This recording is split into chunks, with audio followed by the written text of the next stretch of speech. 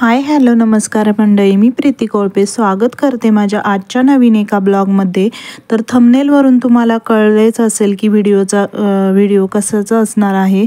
तर खरं तर खूप दिवसांनी आपला ब्लॉग येतोय आहे आणि त्यासाठी व्हिडिओ शेवटपर्यंत नक्कीच बघा।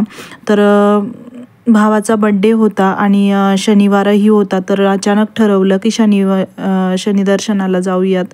आणि कसं असतं ना, एकदा ठरवलं की जाऊन आलं म्हणजे थोडंसं मनालाही बरं वाटतं, त्यामुळे ठरवलं जाऊयात।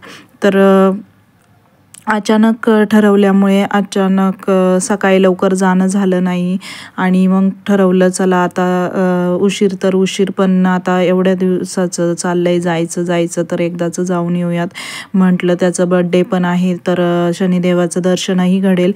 तिकडून मिस्टरही येणार होते, मग त्यांनाही डायरेक्ट तिकडेच बोलवलं शनीला। आणि मामाचा मुलगा, मी आणि भाऊ असे 4 जण आम्ही शनीला दर्शनासाठी गेलो। तिथे खूप छान असं दर्शन झालं।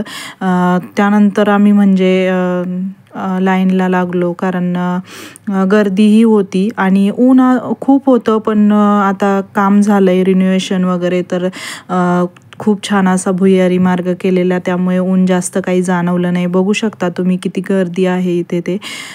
तर तरी पण आम्हाला छान असं शनिदेवाचं दर्शन घडलेलं। आणि कसं असतं, मनात एकदा इच्छा असली तर ती पूर्ण केलीच पाहिजे। त्यासाठी आम्ही म्हटलं आता खूप दिवसाचं चाललं होतं जायचं तर आहे, योगही आलाय तर जाऊन येऊयात।